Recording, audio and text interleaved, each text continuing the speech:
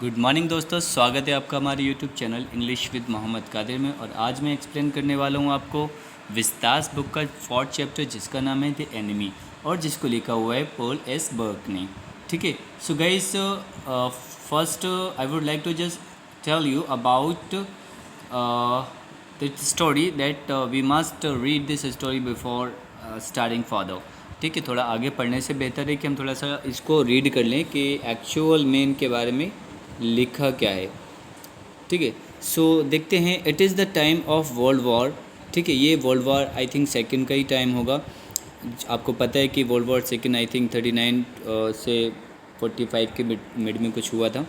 ठीक है, an American prisoner of war is washed ashore. Ashore का मतलब होता है कि समुद्र के किनारे, यानी कि वॉश्ड एशोर का मतलब होता है कि समुद्र की लहरों से वो वहाँ किनारे तक आ गया था, समुद्र के किनारों तक। ठीक है, इन द डाइंग स्टेट, यानी कि बिल्कुल मरी हुई कंडीशन में, यानी कि मरने के कगार पर। ठीक, एट एंड इज़ फाउंड। ठीक है, and is found at the door step of a ठीक जापानीज़ डॉक्टर। और ये जो अमेरिकन प्रिजन है वो कहाँ पाया गया था? ये डोर स्टेप, यानी कि उनके जो जापानीज़ डॉक्टर हैं वो वहाँ पर पाया हुआ था, जापानीज़ डॉक्टर के बिल्कुल दरवाजे के पास। Should he save him as a doctor और hand him over to the army as a patriot. तो कहानी में ये है कि इसमें बताया जा रहा है कि एक डॉक्टर होने के बाद नाते उसे उस आर्मी जो अमेरिकन प्रिजन है उसको बचाना चाहिए था, जो कि समुद्र के किनारे मरी हुई हालत में, मरी हुई कंडीशन में, मरने के कगार पे आके आ गया था। क्या डॉक्टर होने के नाते उन्हें बचाना चाहिए था, जापानीज़ डॉक्टर को। ठीक है, जापानीज़ डॉक्टर को किसको बचाना चाहिए था? एक अमेरिकन प्रिजनर को। या एक देशभक्त होने के नाते उसे जापानीज़ की आर्मी को उसे हैंड ओवर कर देना चाहिए था। तो ऐसे कैसे बता सकते हैं? आई थिंक हमें पहले पढ़ना ही पड़ेगा। ठीक है, वैसे डॉक्टर होने के नाते पहले डॉक्टर का भी फ़र्ज़ बनता है कि बचाना चाहिए, लेकिन कुछ कंडीशंस आपकी अलग हो जाती हैं। तो देखते हैं इसमें क्या कंडीशंस हैं। ओके, तो सबसे पहले जो मेन कैरेक्टर है उसका पहले ही नाम आ चुका है, डॉक्टर सदाओ हॉकीज़। इनका फुल नाम है डॉक्टर सदाओ हॉकी, यानी कि जो doctor Sadao Hoki's house was built on a spot of a Japanese coast. ठीक है, यानी कि ये जो डॉक्टर सदाओ का जो घर है जापानीज़ कोस्ट, यानी कि समुद्र के पास कहीं बना हुआ था। ठीक है, where as a little boy he had often played, जहाँ जब ये छोटे थे तब वो खेला करते थे। ठीक है, अब स्पॉट का मतलब ये समझ लो कि ऑन अ स्पॉट यानी कि एक छोटा सा समुद्र में जगह होती है, जैसे आइलैंड होते हैं। ठीक है, उसमें समुद्र में थोड़ी सी ज़मीन होती है, वहाँ पर बना हुआ था। अब देखते हैं यहाँ पर क्या है, जहाँ पर जो डॉक्टर सदाओ थे वो बचपन में खेला करते थे। The low square stone house was set upon rocks. एक मतलब जो इनका जो घर था वो थोड़ा सा जो समुद्र वहाँ पर एक वहाँ पर चट्टान है, वहाँ पर बना हुआ था। वेल अबव अ नैरो बीच। ठीक है, that was outline and bent pines. और वो एक नैरो बीच के टाइप में, नैरो यानी कि थोड़ा सा घुमाव टाइप में। ठीक है, राउंड टाइप में इनका घर जो बना हुआ था। और जो वहाँ पर पाइंस एक पेड़ होते हैं, ठीक है, जो कि लंबे लंबे होते हैं, थोड़ा से झुके हुए थे उनके घर के साइड को। ठीक है, as a boy Sadao had climbed the pines. और सदाओ जो छोटा, जो आप पाइंस तो जानते होंगे, जो कोकोनट के जो ट्री वगैरह होते हैं उसको बोलते हैं ज़्यादातर। ठीक है, as a boy Sadao had climbed the pines. जब ये छोटे थे तो पाइंस के जो पाइंस होते उसकी पेड़ों पर चढ़ा करते थे। Supporting himself on his bare foot, अपने बेयर फुट यानी कि बेयर फुट के सहारे वो पूरे वहाँ पर चढ़ने की कोशिश करते थे। As he had seen man do in a south seas, जैसे ये जिस तरह ये उस तरह चढ़ते थे जिस तरह से साउथ मैन के लोग, जो साउथ सीज के लोग पेड़ पर चढ़ते थे। When they climb for coconuts, जब वो कोकोनट्स के लिए चढ़ते थे। हिज फादर, ठीक है, तो ये इतना समझ में आ गया। इसमें पूरा एक बार और बता देते हैं। जब सदाओ छोटे थे तो वो उसी जगह पर, यानी कि जो समुद्र के में एक रॉक है, यानी कि आइलैंड है, वहाँ पर एक ज़मीन का छोटा सा टुकड़ा है, उस समुद्र में वहाँ रहा करते थे। और वहाँ ये अपना बचपन भी बिताया हुआ था इन्होंने, जहाँ ये पाइन्स पेड़ लगे हुए हैं और थोड़े से झुके हुए भी हैं, ठीक है। तो ये उस पर चढ़ा करते थे, ठीक है। और जैसे ये देखते थे कि जिस तरह जो साउथ सीज़ के लोग होते थे, जब वो कोकोनट्स पे चढ़ते थे, और उसी तरह उनको भी चढ़ने का मन करता था, किस पर, पाइन्स पर। His father had taken him often to the islands of those seas, यानी कि इनके पापा जो डॉक्टर सदाव को आइलैंड पर ले जाया करते थे, और जो समुद्र में आइलैंड होते थे वहाँ ले जाया करते थे। And never had he felt to say, और वो कभी मतलब कहने से नहीं रुकते थे, to the little brave boy at his side those island yonder, ठीक है। तो वो कभी नहीं, मतलब वो अक्सर ये बोल देते थे कि वो जो आइलैंड है, वो देखो ये आइलैंड, तो दोज आइलैंड योंडर का मतलब होता है वो, योंडर का मतलब देयर होता है, क्या होता है, योंडर मतलब देयर, तो वो रहे island. They are the stepping stones to the future of for Japan, ये जापान के फ्यूचर हैं, क्या है, भविष्य, आने वाला यो भविष्य है। Where shall we step from them, doctor Sadao अपने पापा से पूछा करते थे सीरियसली होकर कि भाई इसके बाद पापा हम कहाँ जाएंगे, ठीक है। हु नोज़, पापा बोलते थे, हु नोज़, पता नहीं। His father and had answer, उनके पापा बोलते थे पता नहीं, शायद। Who can limit of future, ठीक है, हमारी जो लिमिट है उसकी कोई फ्यूचर है उसकी कोई लिमिट नहीं है। It depends on what we make it, और ये हमारे ऊपर डिपेंड होता है कि हम इसको किस तरह से बनाना चाहते हैं। और ये फैक्ट है that a future is not having any limit, it is up to us that we can make it as bright as the sun. So it is up to you also, आप अपने future को किस तरीके से bright करते हैं, किस तरीके से आप इसको संवारते हैं। आप चाहो तो इसको फ्यूचर को, आने वाला फ्यूचर आप लोग अपना बर्बाद भी कर सकते हैं, या फिर मेहनत करके उसको सूरज की तरफ चमका भी सकते हैं। सो गाइज आगे चलते हैं। सदाव had taken this into his mind, और ये जो बातें उसके पापा ने बोली थी उसने अपने दिमाग में बिठा ली। As he did everything his father said, और वो जो उसके पापा कहते थे वो वही करता था। His father who never joked, उसके पापा जो कभी मजाक वगैरह नहीं करते थे, ना ही उसके साथ खेलते थे, but who spent infinite pains upon him, और जो मतलब ऐसा दर्द जो इनफाइनाइट था, जिसको एक्सप्लेन नहीं किया जा सकता है, जिसको बयान नहीं किया जा सकता है, वो दर्द अपने बच्चे के साथ एक्सप्लेन करते थे। Who was his only son, जो उनका सिर्फ एक ही बेटा था। सदाव को पता था that his education was his father's chief concern, सदाव जानते थे उनकी जो सदाव की पढ़ाई है वो पापा के लिए बहुत मायने रखती है। For this reason he had been sent at 22 to America to learn all that could be learn of surgery and medicines, यानी कि इसलिए जब वो 21 साल के हुए तो उन्हें अमेरिका भेज दिया गया है, ठीक है। सेंट मतलब 22 अमेरिका, यानी कि अमेरिका चले गए, क्या सीखने के लिए चले गए, सर्जरी एंड मेडिसिन सीखने के लिए चले गए। ही कुड कम बैक 30, अब जब वो वहाँ से वापस आए तो वो 30 ईयर्स के थे। कौन, डॉक्टर सदाव, ये आपको याद रखना है गाइस। डॉक्टर सदाव 21 की एज में 22 की एज में अमेरिका गए थे। किस लिए गए थे, सर्जरी और मेडिसिन सीखने के लिए, उसकी पढ़ाई करने के लिए गए थे। जब वो वहाँ से लौटे तो वो 30 की एज में, यानी कि 30 साल की उम्र में, यानी कि 8 साल बाद वहाँ से लौटे। And before his father died, before his father died he had seen Sadao become famous not only as a surgeon but also a scientist. तो जब उनके पापा की मौत होने से पहले उनके पापा जो डॉक्टर सदाव की कामयाबी को देख चुके थे। क्या कामयाबी को देख चुके थे, वो उन्होंने ये देख लिया था कि उनका जो बेटा है वो सर्जन ही नहीं बल्कि साइंटिस्ट भी बन चुका था, ठीक है। यानी कि वो देखने के बाद ही उनकी मौत हुई। Because he was perfecting a discovery, ठीक है, which would render bonds entirely clean. तो यहाँ पर एक चीज़ और बताई गई है कि जो यहाँ पर इन्होंने जब ये बोला because he was perfecting a discovery, यानी कि वो किसी एक डिस्कवरी पर काम कर रहे थे, यानी कि किसी चीज़ की खोज कर रहे थे। Which would render wants entirely clean, जो ज़ख़म होते, वॉन्ट मतलब ज़ख़म, एंटायरली यानी कि पूरी तरीके से उसको साफ़ कर दे। तो पहला तो एक काम ये हो गया कि वो जो डॉक्टर सदाव हैं एक डिस्कवरी पे काम कर रहे थे कि किस तरह से ज़ख़म को पूरा क्लीन किया जा सके, वो इसकी खोज कर रहे थे। He had not been sent abroad with a troop, इसलिए मतलब उनको ट्रॉप यानी कि आर्मी के साथ अब्रॉड नहीं भेजा गया जहाँ युद्ध वगैरह चल रहे थे। ऑल्सो ही न्यू, और उन्हें यह भी पता था there was some slight danger, यहाँ कुछ खतरा है, that the old general might need an operation for a condition और for which he was now being treated medically.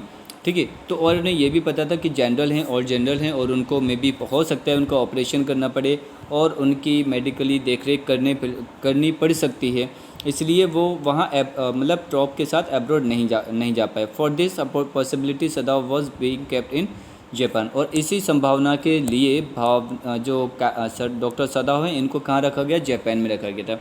So guys यहाँ आपको दो चीज़ें याद रखनी है।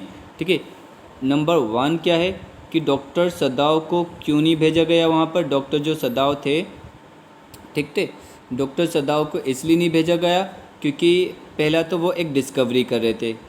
क्या कर रहे थे, डिस्कवरी कर रहे थे। यहाँ पर सॉरी यहाँ साफ लिख नहीं रहे, जो डिस्कवरी क्या कर रहे थे, वो एक डिस्कवरी यानी कि खोज कर रहे थे कि किस तरह से जो ज़ख़म है उसको क्लीन किया जा सके, इसकी खोज कर रहे थे। दूसरा ये था, एक रीज़न ये था कि जो ओल्ड जनरल हैं उन्हें ऑपरेशन की ज़रूरत पड़ सकती थी, ऐसी कंडीशन अगर आ गई तो। ठीक है, तो ये दो रीज़न थे, इसलिए उनको वहाँ पर जापान में ही रखा गया था।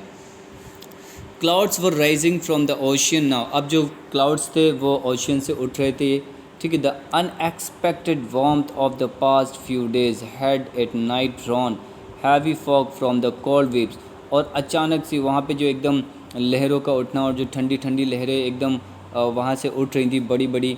सदाव watched mist hide outline of a little island near the shore and then come creeping up the beach below the house, और जो कोहरा था यानी कि जो फॉग था, जो फॉग धीरे धीरे क्रीपिंग करते हुए यानी कि क्रीपिंग यानी कि धीरे धीरे उनके जो हाउस है ना वो थोड़ा सा ऊंचे बना हुआ था, वो क्या कर रहा था, वो नीचे नीचे की साइड पूरा जो फॉग कोहरा था वो पूरा छा चुका था।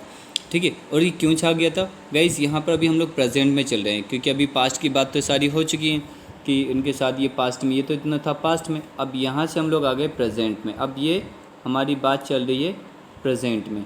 ठीक है, तो प्रेजेंट में बात ये हो रही है कि जो क्लाउड्स थे वो rising from the ocean now, अब जो क्लाउड्स थे ओशियन से उठ रहे थे एक बादल बन के। ठीक है, and the unexpected warmth of the past few days, कुछ दिनों से बहुत ज़्यादा जो गर्मी थी, had at night down drawn heavy fog, और जिसके वजह से बहुत हैवी फॉग तो आप लोग जानते हो कोहरा कहलाता है। ठीक है, और उसकी वजह से ठंडी ठंडी लहरें भी उठ रही थी। सदाव watched mist height outline of a little island, यानी कि जो छोटा सा आइलैंड है, सदाव ने देखा कि जो मिस्ट है यानी कि जो फॉग है वो धीरे धीरे उनके जो पूरे किनारे जो किनारा है उसको बिल्कुल ढके जा रहा था और रेंगते हुए उनके घर के पास भी पहुंच गया था। ठीक, रेथिंग अराउंड द पाइंस, अब पाइंस का मतलब ये होता है जो पेड़ थे वहाँ तक भी ये पहुँच गया है कोहरा, और इन अ फ्यू सेकेंड कुछ ही मिनट में fog would be raped about the house, जो कुछ ही देर में जो फॉग है वो पूरा घर को ढक लेगा। Then he would go into the room where Hannah, his wife, would be waiting for him with the 2 children. जहाँ जब ये अंदर गए तो इन्होंने इनकी जो वाइफ है जिसका नाम हैना है, जो आपकी अपने दोनों बच्चों के साथ अंदर कमरे में उनका इंतज़ार कर रही थी। But at this moment the door open, ठीक है, लेकिन उसी समय दरवाज़ा खुला। एंड शी लुक्ड आउट, और अचानक उसने देखा अ डार्क ब्लू वुलन हॉरी। हॉरी एक वर्ड होता है, ठीक है, तो यहाँ हॉरी का मतलब लिखा है a loose outer garment worn over a kimono. ठीक है, ये एक जापानीज़ की एक बहुत लंबा सा कपड़ा होता है जो कि बहुत ज़्यादा ढीला ढाला होता है, जो कि गर्ल्स लोग पहने होती हैं, जो लेडीज़ लोग पहनती हैं उनको वो लोग पहन लेते हैं आराम से। ठीक है, तो यहाँ बता रहे हैं ओवर हर किमोनो, यानी कि उसने तो जैसे ही दरवाज़ा खोला गया तो उसने देखा कि जो डॉक्टर सदाव हैं उन्होंने देखा कि जो उसकी वाइफ है जो कि क्या पहने हुए हैं, एक हॉरी टाइप का किमोनो पहने हुए हैं। ठीक है, she came to him affectionately and put her arms through his head as he stood, और जैसे ही वो खड़े हुए तो उन्होंने अपने आर्म उनके ऊपर रखा हुआ है। स्माइल्ड एंड सेड नथिंग, और बस वो जो डॉक्टर सदाव थे उन्होंने स्माइल किया और कुछ नहीं किया। ही हैड मेट हैना इन अमेरिका। अब यहाँ पर हैना की बात हो रही है, ठीक है। एक्चुअली यहाँ बात हैना की हो रही है क्योंकि डॉक्टर सदाओ जापानीज़ से हैं और हैना एक अमेरिका से हैं, ठीक है, याद रखना, ठीक है। ही हैड मेट हैना इन अमेरिका। अमेरिका में कौन मिला था? डॉक्टर सदाओ मिले थे, ठीक है, ये बात आपको याद रखनी है। डॉक्टर सदाओ हैना से अमेरिका में मिले थे। But he had waited to fall in love with her until he was sure she was a Japanese. और जब उन्होंने तब तक वेट किया जब तक उन्हें ये ना पता चल गया कि वो जो लड़की है वो जापानीज़ है। His father would never have received her unless she had been pure in her race. यानी कि उनके जो फादर थे डॉक्टर सदाओ के, ठीक है, जो डॉक्टर सदाओ के पापा थे वो उसको मतलब एक्सेप्ट तब तक नहीं करते जब तक उन्हें नहीं पता चलता कि वो उन्हीं की रेस से रिलेटेड है। रेस का यहाँ पर मतलब होता है उन्हीं की पीढ़ी से। समझ में? पीढ़ी का मतलब अब ये नहीं कि रियल रिलेशन आ जाए, मतलब एक जापानीज़ वो हों, जापानीज़ में भी वो भी, और यानी कि उनकी वाइफ भी हों। He wondered often whom he would have married if he had not met हैना। अगर वो अक्सर सोचा करते थे कि अगर मैं हैना से ना मिला होता तो मैं किससे शादी करता, doctor Sadao. And by what luck he had found her in the most casual way, ठीक है। और मतलब एक बाय लक भी ये है कि उनका एक कैजुअल वे है उसी तरीके से वो उनको मिल गई। बाय चांस लिटरली, ठीक है, at an American professor's house. The professor and his wife had been kind people and anxious to do something for their few foreign students, ठीक है। अच्छा गाइस, सबसे पहले आप लोग ये देख लीजिए कि किमोनो होता कैसा है। देखो, आपने देखा होगा जापानीज़ में लोग इस तरह से जो लॉन्ग कपड़ा पहने होते हैं, जो लेडीज़ वगैरह जो पहने होती हैं किमोनोज, इसको बोलते हैं, जो थोड़ा सा लूज़ टाइप का है, इसको हम लोग किमोनो बोलते हैं, ठीक है गाइस, समझ में आ गया। तो इसको मतलब हॉरी टाइप का एक कपड़ा होता है, जैसे हमारे यहाँ सूती और लाइलॉन टाइप के जो कपड़े होते हैं, और वहाँ पर एक हॉरी टाइप का एक कपड़ा सूट होता है जो जिसको ये लोग लूज़ और बहुत ज़्यादा लूज़ होता है ये पहनते हैं, ठीक है गाइस। और तो अब डॉक्टर सदाओ क्या बोलते हैं कि अगर हैना जापानीज़ परिवार से बिलोंग करती है और करती होगी तो मुझे उससे प्यार हो जाएगा, मुझे नहीं, यानी कि डॉक्टर सदाओ को, ठीक है ना। आप लोग मेरे चक्कर में पड़े हो। यहाँ हम बात कर रहे हैं कि हंसने की बात है। She came to him affectionately, ठीक है, and put her arm through his as he stood, ठीक है। यानी कि जब वो आई तो अफेक्शनेटली, यानी कि थोड़ा सा प्यार से उसकी तरफ आई और अपने दोनों जो कहते हैं ना उसके बाहों में बाहें डालकर खड़ी हो गई। और डॉक्टर सदाओ उसको देखकर मुस्कुराए और कुछ नहीं कहा। ही हैड मेट हैना इन अमेरिका। ये जो हैना से अमेरिका में मिले थे, बट ही हैड वेटेड, तो वही बात आ गई ना, but he had waited to fall in love with her until he was sure that she was a Japanese. His father would never have received her unless she had been pure in her family. यानी कि Japanese में एक ये system होता है कि अगर वो जापानीज़ ही होंगे तो ही थोड़ा वो उनसे शादी करते हैं, अदरवाइज़ ऐसा पॉसिबल नहीं होता है। He wondered often whom he would have married. ये जो डॉक्टर सदाओ हैं थे वो अक्सर ये सोचा करते थे कि अगर हैना नहीं आती मेरी ज़िंदगी में, अगर मैं हैना से ना मिला होता तो मैं शायद वो किससे शादी करता। एंड बाय वॉट लक, और ये लक अच्छा था कि उसने ही had found her in the most casual way by chance literally eight an American. और वो उनका जो लक अच्छा था कि उनको जो लड़की चाहिए थी वो जापानीज़ मिली अमेरिकन प्रोफेसर्स के घर में।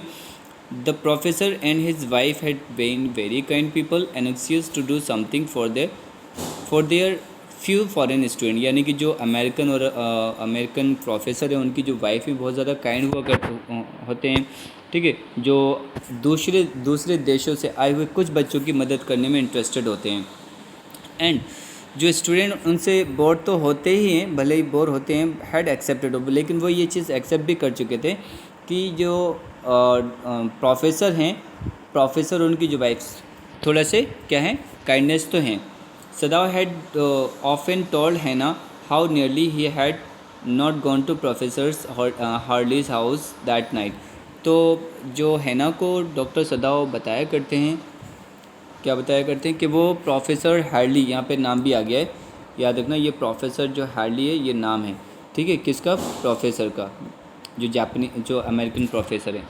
तो उनके घर में जो डॉक्टर सदाव बता रहे हैं कि किस तरह मैं उनके घर में जाने वाला नहीं था, लेकिन क्यों, क्योंकि को थोड़ी सी कुछ यहाँ बुराई भी की जा रही है। क्या बुराई की जा रही है? The rooms were so small, घर बहुत ज़्यादा छोटे थे, जो कमरे थे छोटे थे। द फूड सो बैड, खाना बहुत ज़्यादा बुरा था। द प्रोफेसर्स वाइफ वो सो वॉल्यूबल का मतलब होता है टॉकेटिव, ठीक है, तो बहुत ज़्यादा टॉकेटिव थी। But he had gone and there he had found हैना, लेकिन वो वहाँ गए और जाने के बाद क्या हुआ, उन्हें हैना मिल गई, अ न्यू स्टूडेंट, ठीक है। And he had felt he would love हर, और उन्होंने समझ लिया था कि वो अब उसी से प्यार करना शुरू कर देंगे। इफ़ इट वर एट हा ऑल पॉसिबल, अगर पॉसिबल हुआ। सो गाइज़ आगे आज हम वन पैराग्राफ, ये कुछ पैराग्राफ हमने कंप्लीट कर दिए हैं। आई होप सो आपको समझ में आया होगा। तो कल इसका सेकंड पार्ट हम कंप्लीट कर देंगे पूरा, ओके। और आई होप सो ये चैप्टर बहुत अच्छा है, बहुत मज़ेदार चैप्टर है, आप लोग को बहुत अच्छा लगा होगा। तब तक के लिए देखते हैं। Have a good day everyone.